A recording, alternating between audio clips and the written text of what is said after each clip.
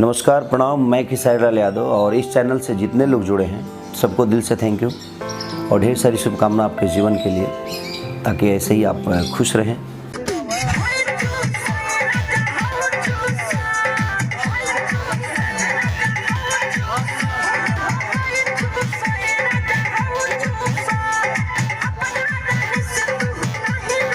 Mixed by Manohar Kumar Arya.